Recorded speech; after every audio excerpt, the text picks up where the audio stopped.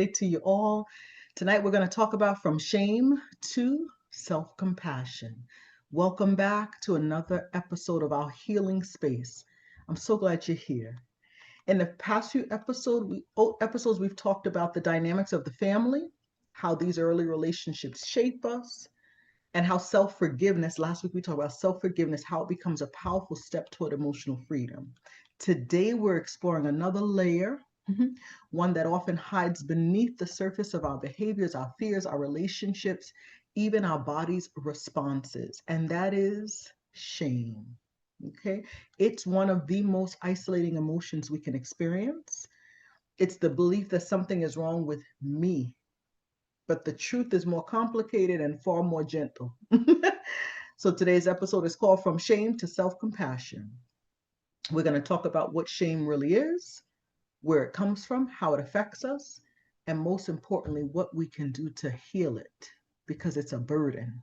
So take a breath, settle in, get a cup of tea, a glass of water, get your notes if you want to take some notes. And we're going to be honest and curious and compassionate with ourselves, because it's really important. Okay? So if you're new here, if this is your first time seeing me, my name is Karen Marinez. I'm an emotional wellness coach. Welcome. So glad to have you here. This is a space where I help you heal your inner child, find peace in order to feel good in the present. And to feel good now, today, and going forward, we always have to go back to where it all began in our childhood. Okay? So, segment number one is understanding shame. Let's start by defining it. Okay? Shame is not guilt. As we learned last week, guilt says, I did something wrong.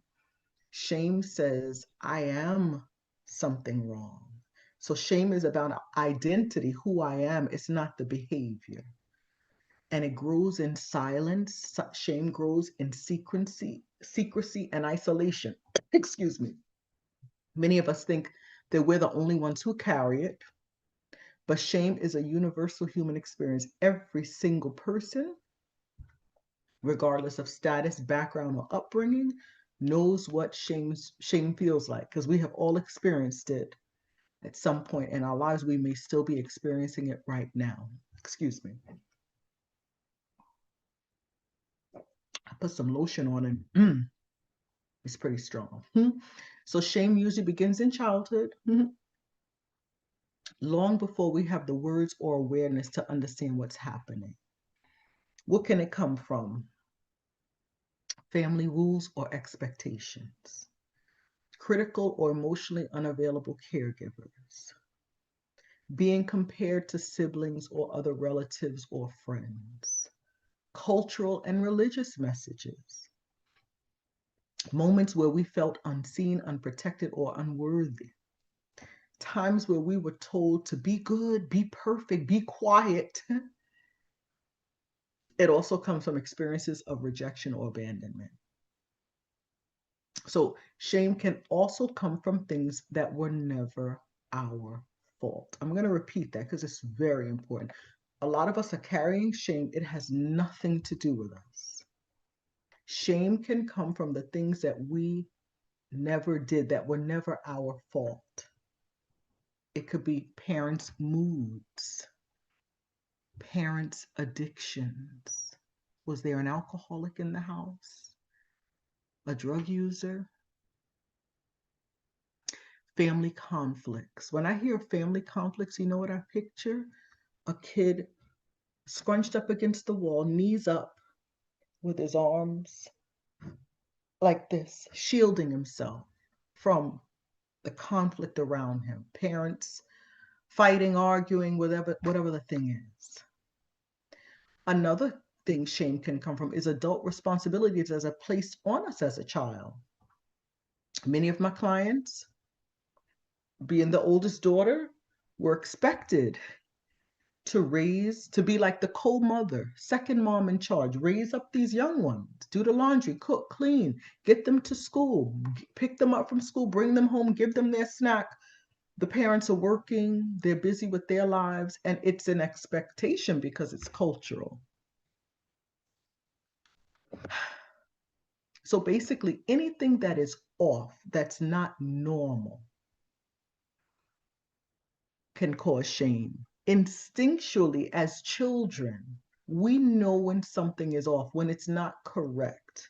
It's very interesting. We know we know we're entitled to two loving parents who are attentive and caring and loving, who take responsibility for us, who look out for and protect us.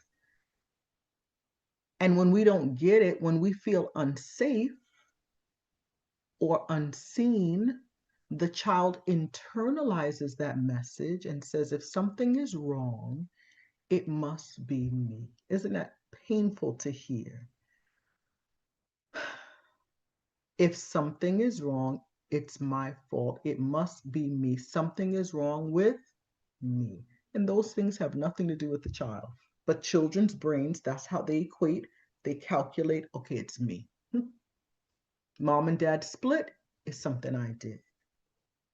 Dad drinks, it's because I don't behave. I'm not perfect enough. Whatever the thing.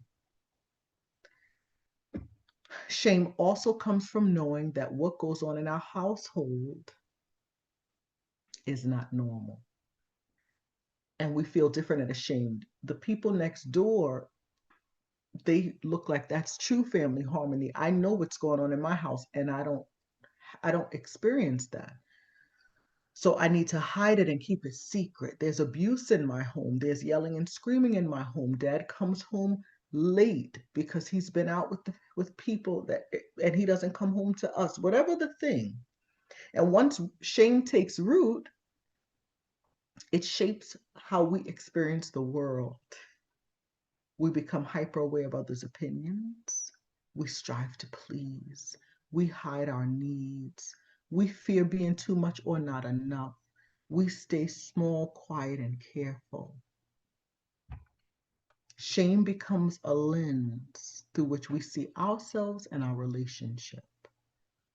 But the good news is, shame is not evidence of unworthiness. Shame is a story in our heads that we wrote years ago as children, and we can rewrite the story. That's the silver lining in this story. So let me say hi. Marion, you made it, Marion. I saw you got on. I was like, she made it. Good for you. We're happy to have you. My dear husband in the back. Hey, Elvin. Candy, the happy Monday night practical emotional health support. Yes, Priscilla. Hey, girl. Carolyn, my Carolyn, and Reignite Your Radiance. You stayed up and you made it, Gio. Good to have you. Good to have you here. You're all very, very welcome. If you are watching, you're on the couch. I salute you. The couch people that don't want to get in the chat is fine. We're happy to have you here. If you're seeing this later on the replay, please come again. We're happy to have you. Okay. So how does shame show up in our adult lives?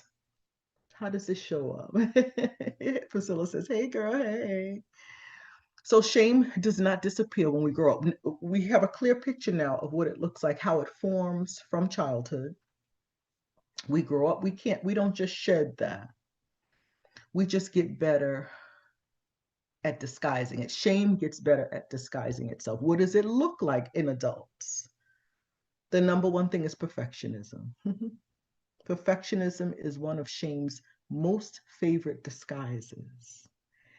We think if I do everything right, maybe no one will see the part of me I fear is wrong. I put on this mask, I put on this cape, I want to just be perfect. That's a disguise. Number two, people pleasing. Saying yes when we want to say no. We avoid conflict. We need external validation to feel okay. That's not kindness. It's self-protection. So, it comes off as, oh, she's such a nice person. She's so kind. She never says no. But that's not really kindness because that's not being kind to you.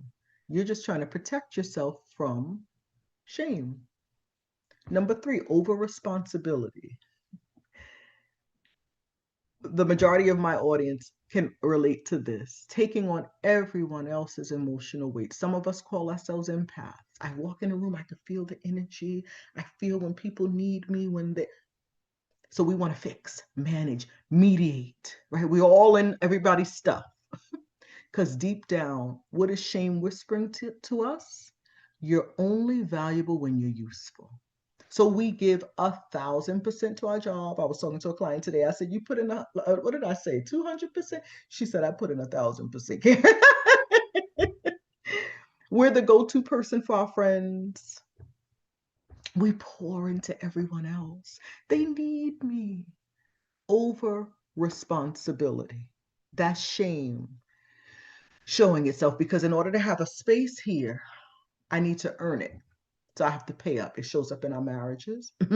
It shows up at our jobs, in our places of worship, in any community that we're in, with our friends, whatever the thing, we're doing the most. Mm-hmm. I know you understand. I know you feel it. And number 4, what about hiding? Not sharing our real feelings. Even with people that we love, close friends that we can feel they wouldn't judge us, that we hide. We may be right in front of their face, but we're hiding in plain sight because we don't show our vulnerability. They don't see the real us. We keep our story small and right, hide our feelings because of shame. Again, picture the kid like this in right, just hold up against a wall. Number 5, self-criticism. That inner voice that says, "You should have known better. You always mess things up. No one else struggles like this." Or no one else has as bad a marriage as I do. What a mess I've made of my life. How could I have made such stupid decisions in the past? Why did I forgive him? Why did I keep going back? Why did I let him treat me so badly? I never thought I would be in this type of situation, this type of relationship. I never thought I'd get to this point in my life. I don't even recognize myself. Self-criticism. Number 6, emotional overwhelm. Shame can feel like anxiety, sadness, numbness, or even anger. And all that activates the nervous system, especially if shame was part of our childhood environment. It just, everything just gets set off, all the alarms. Some people say, "I feel numb, Karen. I don't feel anything." That's a protection. But the feelings are there, but it's just so overwhelming. It's understandable. Number 7, difficulty receiving love or support. Shame tells us you're too much. You shouldn't need help. So we push away the very things that could help us heal, like good, trustworthy friends, vitamin people. We let them get to a certain point and then up to here, because we don't want to be vulnerable. We don't want to show that we need love and support. But look how ironic that is, because we're so ready to give it to everybody else. Is it me, or does my lens need some cleansing? I don't know if I have a tissue nearby. So we're there for everybody else, but we don't dare want anyone there for us. No, no, no. Even therapy, even coaching. I'm looking for a tissue so I can clean this lens. Oh, I found something. um,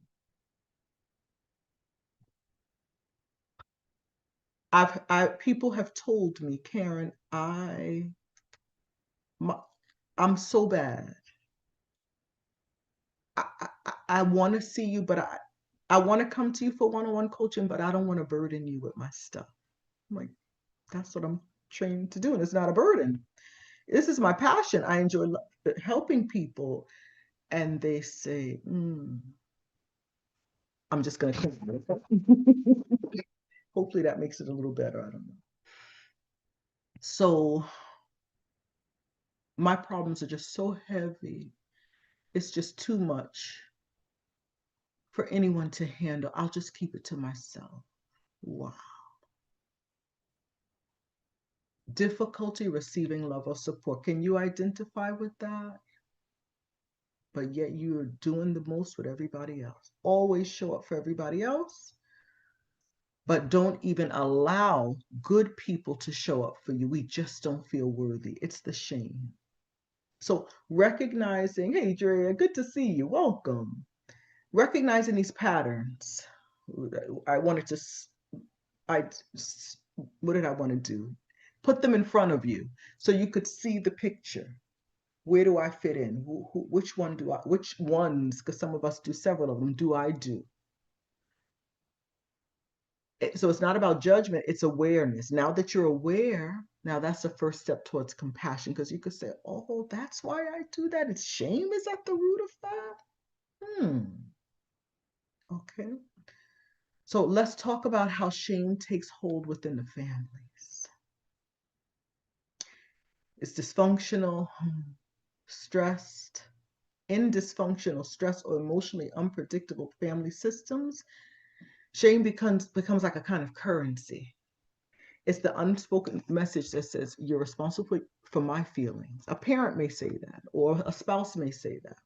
Don't embarrass the family. Do what we say or you're ungrateful. Don't be weak. Don't cry.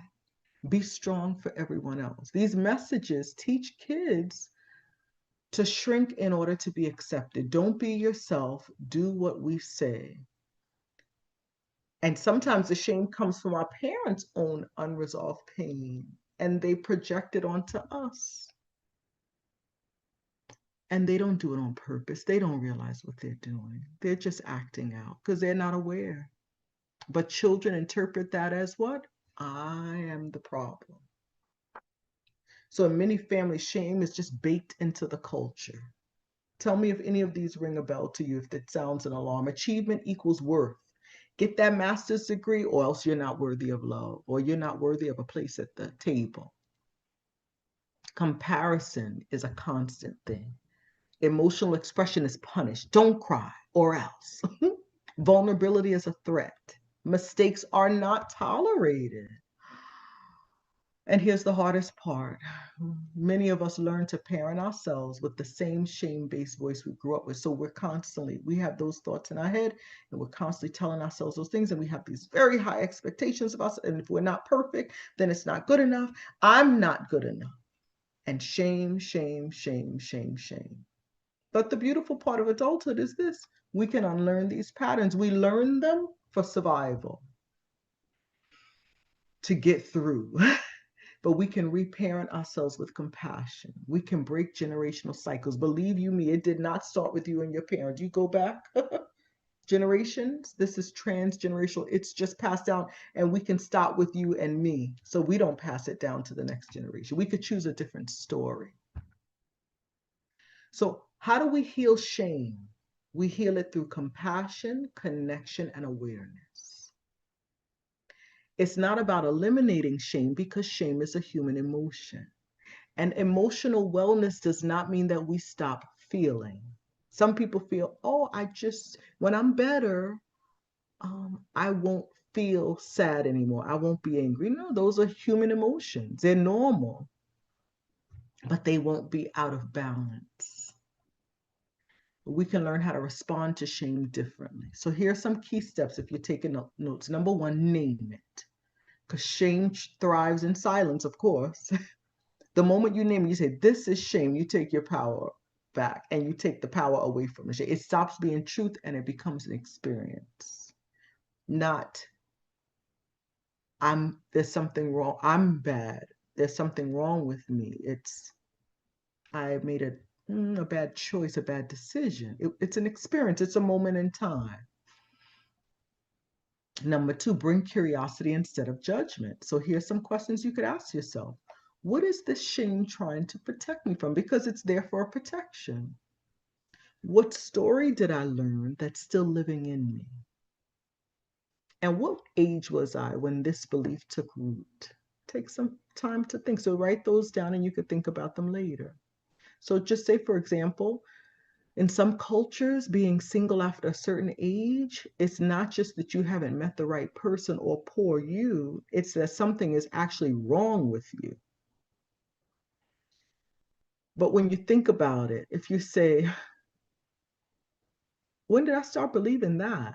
Is that still my story? You're single and you're 40 and you're in this culture and you feel, yeah, it's me. But couldn't it be that you haven't had opportunities to meet men that are worthy of you? You don't want to settle. Does that mean if you're 35 and single that you're worthless? That there's literally something wrong with you? No. So you see, be curious about it. Question the belief system that you have. And where did it come from? Oh, my culture is deeply ingrained.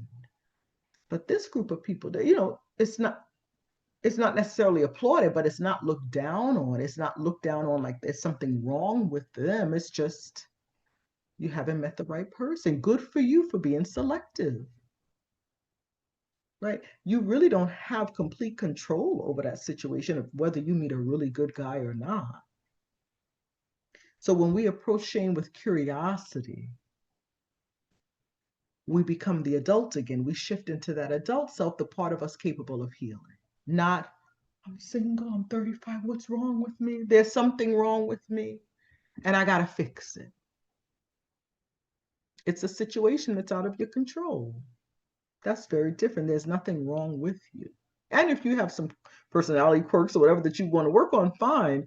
But it's not that being single over a certain age means that there's something inside of you that's repelling people, that there's something wrong with you. That's just not accurate. But it's a belief system that certain cultures have. So we want to question it. We want to get curious, look at it. Where did I get this thought from? Why do I feel I have to be perfect? Why do I feel that something's wrong with me just because I'm 37 and single? Whatever the thing, try to figure out, where did that come from? Who told me that? Where did I hear that first? Okay.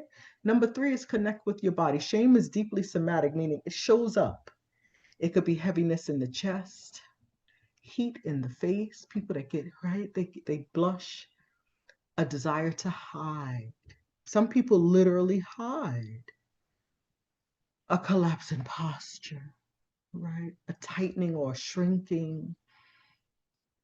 If you feel it in your chest, put a hand on that place where you feel it. Take a slow, deep breath. Tell your body, it's okay, I'm here. We don't want to be the out of control child that's helpless. We want to be the adult that is in control, in the driver's seat. Your body needs reassurance, not criticism. Not, what is wrong with me? Why don't, no. You're reparenting yourself and you say, it's okay, I'm here. You're here to protect you. You're here to parent you. And you have to tell your body that it's safe with you. You're going to take care of it. Okay, number 4, replace the shame voice with the compassionate voice. So shame says you're not good enough. And it could be a thought like you said, I wasted my youth. I should have gone further in my career. Oh, I made bad financial decisions and I'm paying for it now. But compassion says you're learning. You're human. You deserve kindness. You did the best you could with what you knew at the time. You're safe with me. How much better is that than and all the regret and the shame because of these poor decisions that we made? But we didn't know better back then. Now we do. You can even visualize yourself speaking to your younger self, because compassion is the antidote to shame. It just knocks shame down. It calms it down. We're not trying to get rid of shame because, again, it's an emotion. Emotions are good. They're telling us, they're giving us a message. Something's going on. Something's going on. So you say, shame, why are you here? Number 5, share your story with safe people, because shame cannot survive when spoken in the presence of others with empathy. So you don't need to share with everyone. Please don't. Not everyone is safe. But just share it with somebody that'll hold your truth gently, that will listen to you without judgment and just let you get it out. Sometimes I work with people and they say, Karen, you were the first person I have ever told that story to, that experience that I had. I've never shared it with anyone. And they feel so relieved just saying, oh. Number 6, unlearn family rules that don't serve you. Here we go back to the rules. So some of us grew up, don't tell people your problem. Don't talk about, don't share family business, right? That's how we grew up. Don't disappoint anyone. Don't show weakness. But those rules were about survival, not truth. Now you get to choose new truths. You say, you know what? Vulnerability is strength.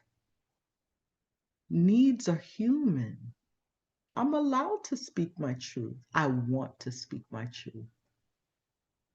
and then speak it. Right? You see how those family rules could hold us back? Don't trust, you can only trust me as your mom. Different things that we grew up hearing, rules, and we hold on to it, but it cripples us in adulthood.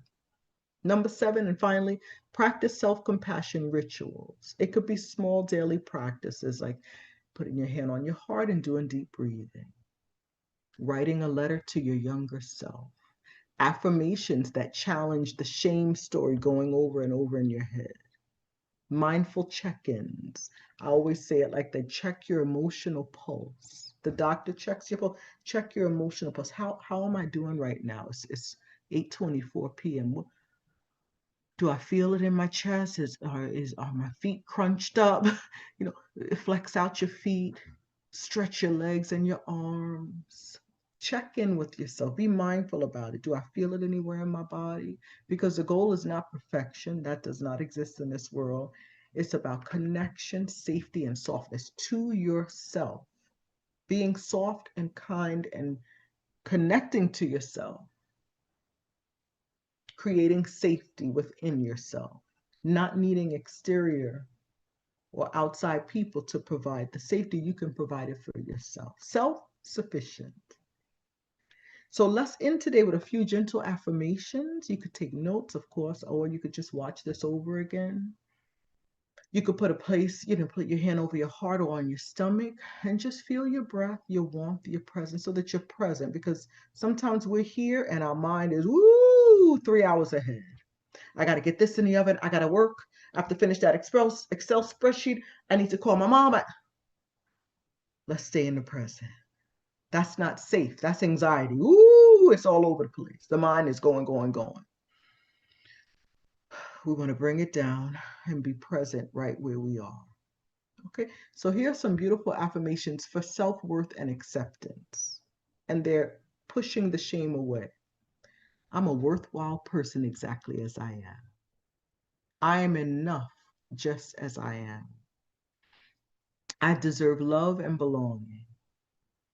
Because remember, shame we hide. No, I deserve love and belong. It's my birthright.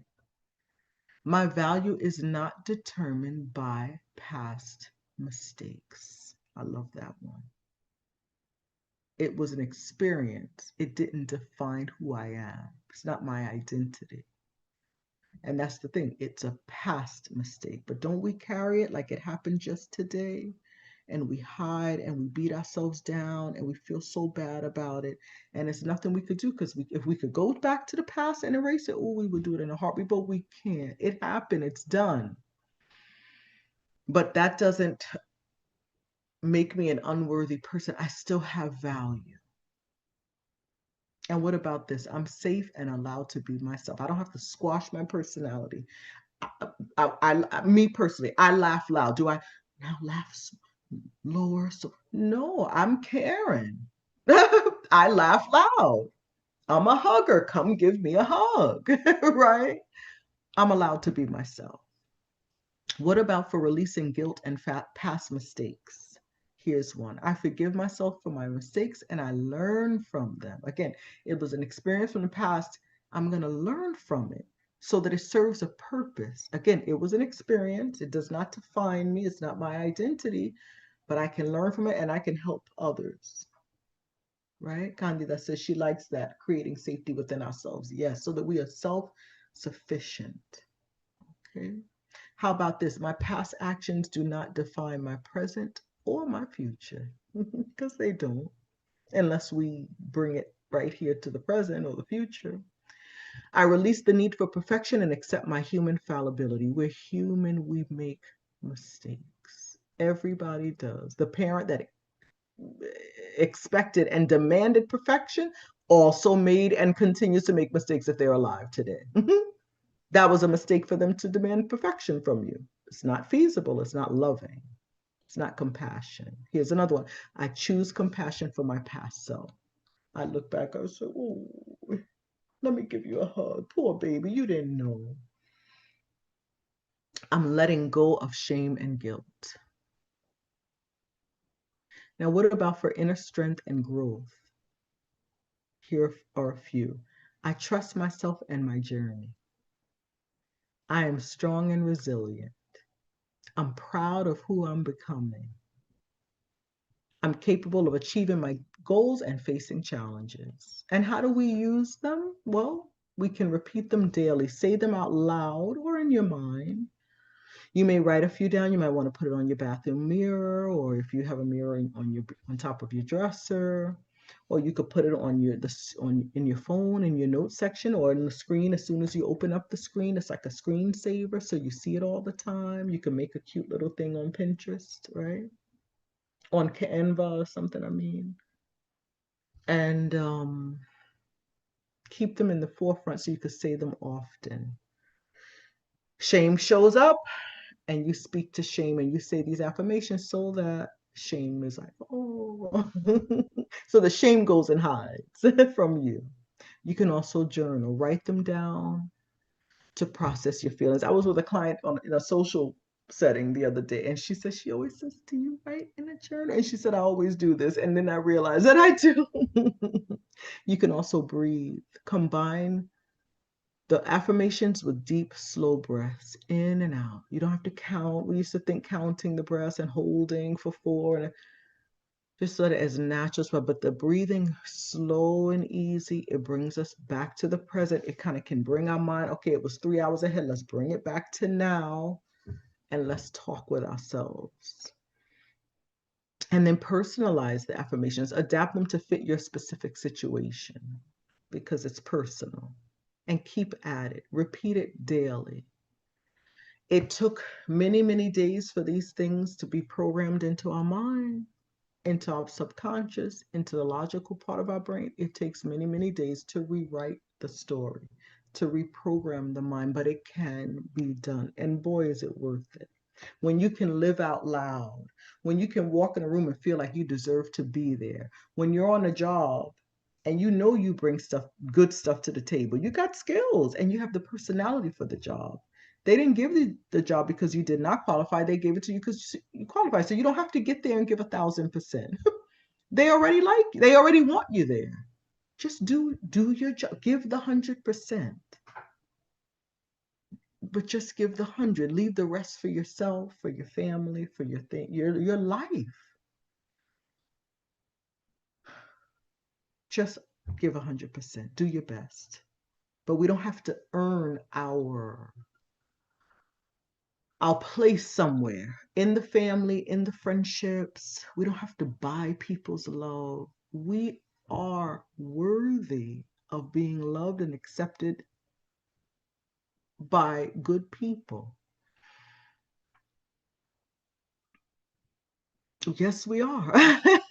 So you don't have to give more or buy more so that people will love and accept you. You don't have to sell yourself. You're good. But I believe that, but you have to believe that. So you have to tell yourself that. I belong. I I deserve to take up space. That's another thing. We try to hide. We make ourselves smaller because we don't even think we deserve to be where we are in this space. P. Johnson, shame, I'm not available. Leave a very brief. Nice, Pam. I like that. When shame calls, you say, shame, I am not available. Leave a very brief message. Very good. Why are you here? Tell me. Identify. Why are you here? That's right. Do it. I love that. So I thank you so much for joining me today. Shame is powerful, but it's not permanent. When you bring compassion, curiosity, and connection into the places where shame was, it was living there. You start to transform your inner world. It becomes more peaceful. You feel more settled and at rest. Your mind isn't going here, going there. It's right here in the present because I deserve to be here. I'm with my friends. I'm going to enjoy the moment. I'm with my family. I'm at the job. I'm going to do and I'm going to enjoy this day. It's a good feeling. Luz, my boobaloo, powerful words to say, I am enough. Yes. As a mom, as a wife, I give it my all. I give it my best, but I don't have to go above and beyond. 1,000, no one should get 1,000%.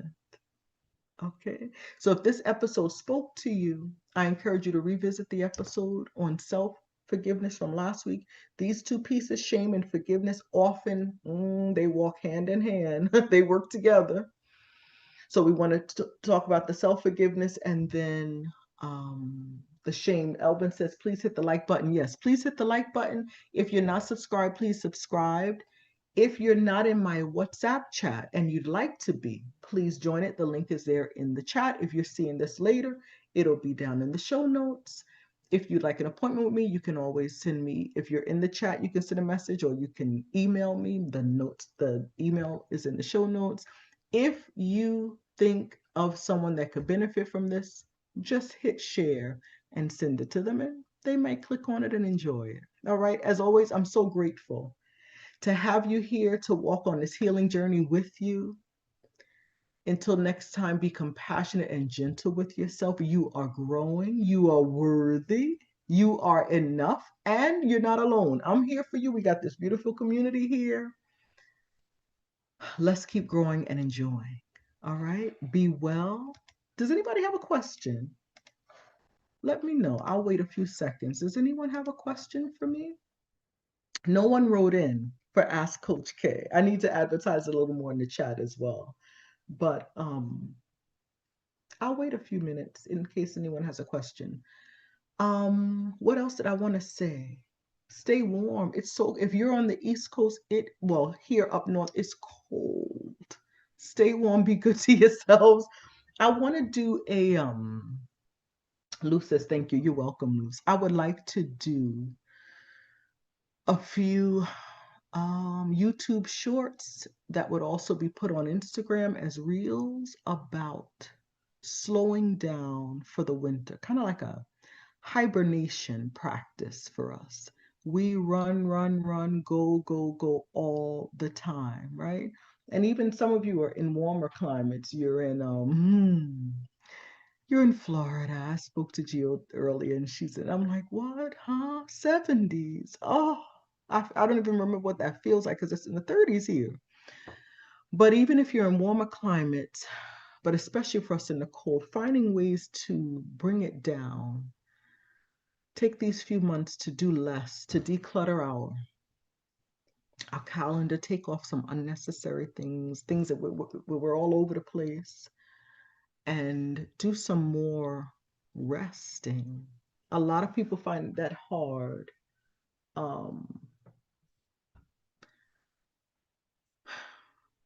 But it's needed. It's good to rest. We need to rest. Okay, this is a really good question.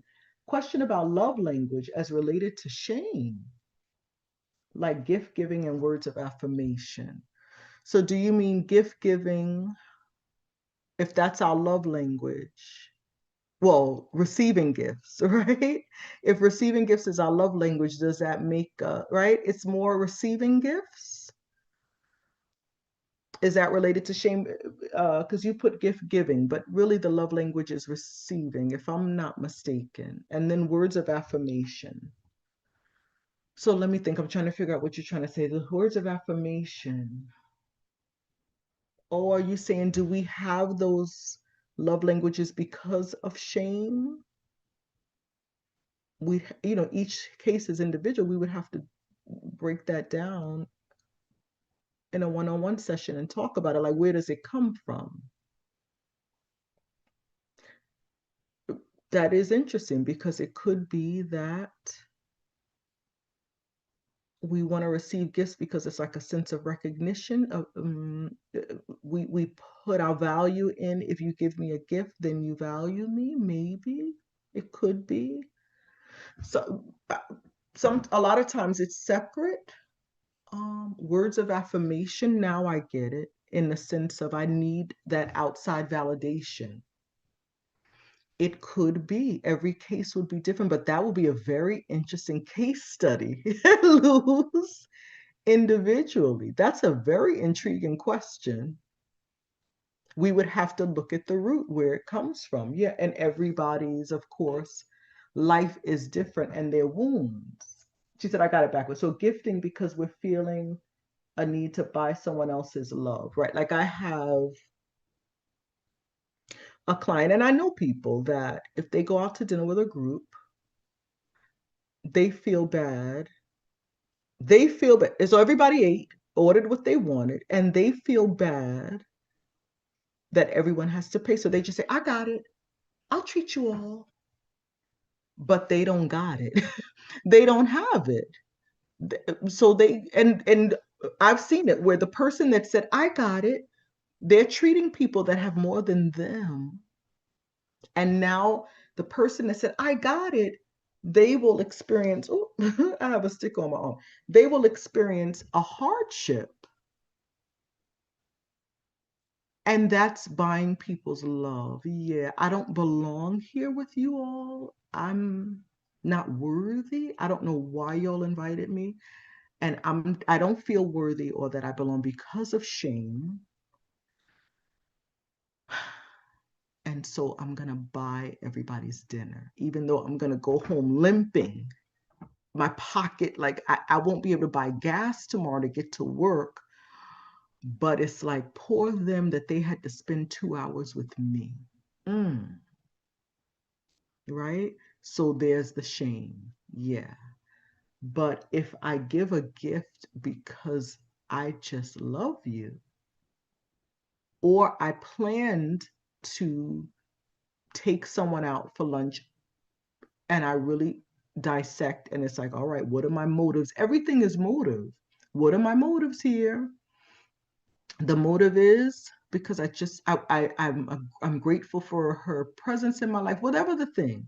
There's nothing wrong with it, but the thing is, where does it come from? And that's for each of us to dissect and figure out, where does this come from? And especially, one of the ways we can see if it's healthy or not is, where does it leave me afterwards? For instance, if I give 1,000% to work, after a week, when Friday night comes, who am I? What do I feel? I, do I have do I have anything to even give to myself?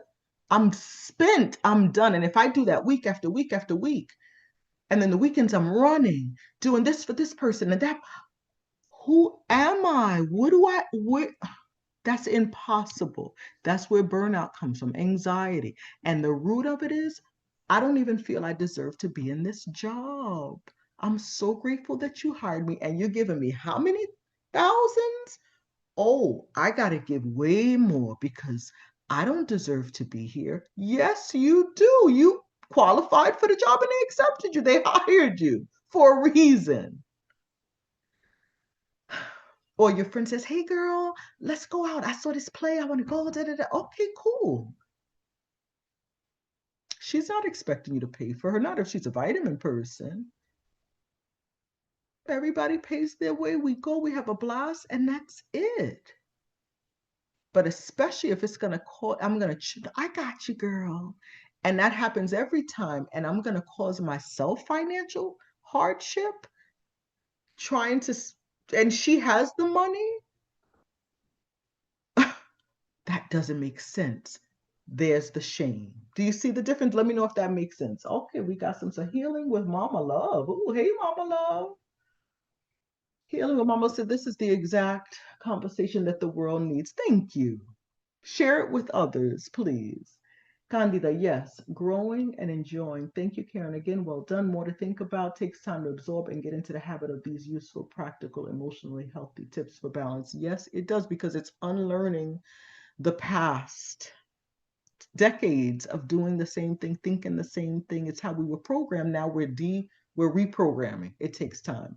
Healthy with Mama, I've been unconsciously living in this state. I give all, they hurt me over and over. Still, I'm doing. There you go. And that's not good. So stop doing. Just stop. That reaffirms that these reels and YouTube shorts that I'm going to do on rest and hibernating for the winter and recovering and getting our rest and refreshing ourselves with hobbies and things like that. I'm going to do the series because it's really important, because sometimes we don't even know how to do that. We're sitting supposed to rest and we're like this. I got so much to do. How can I sit? Sit. Sit and stay there. Tell yourself it's okay. Marion, a good lesson to share. Yes. And Lou says, yes, that was a great explanation. We have to examine our motives deeply. even when acting subconsciously, yes. So that's how we know where, okay, where is this shame? Is this feelings of I don't belong, I'm not worthy? They have no idea who I am at the core. I know you're a good person. You have good qualities. But we get so hard on ourselves and we feel so bad about ourselves. So then I gotta give them a reason to love me and continue to invite me back. So I'm gonna go above and beyond. Like Healing with Mama Love said, just doing. Yeah, we have to slow it down for our own health, because then we end up in the emergency room having a panic attack and we think we're having a heart attack. Our body keeps the score. It tells us you're doing too much. You got to slow down. This is not good. This isn't healthy. It's not good. All right. You have any other questions, please send it to me. Email KarenMCoach@gmail.com, or you can always put them in the chat, please. Or if you want me to talk about a certain theme, please, a topic, it comes to your mind, shoot me a message, either an email or when I open up the chat tonight, I'll open up the chat. If you have ideas, you have questions, you have things you want for me to talk about, let me know. Yeah, we're here to serve. We are here to serve, darling. All right. You guys have a wonderful evening. Love you so much. I appreciate you for being here. Let's keep taking care of ourselves. I'm going to work on making time to, because I've been getting a lot of rest. I have an artificial fireplace, but it's delicious. It's electric. I turn it on, it even emits heat. And my TV, my favorite throw, that's where I was an hour before I came on, resting, watching TV, and just my candles lit, just bringing it down. It's almost like winter is telling us, just slow down. You see, it's dark out. It's 6 o'clock and it's pitch black. It feels like it's midnight. Just rest. Just rest. Okay? So let's take good care of ourselves. Love you all. Mwah. Talk to you soon. I'll open the chat. If you're not in the chat, please join it. And we can continue talking over there. If you have any thoughts, ideas, whatever, I'll leave it open for tonight. Okay? Mwah, mwah, mwah. Be well. And I'll see you soon. Bye.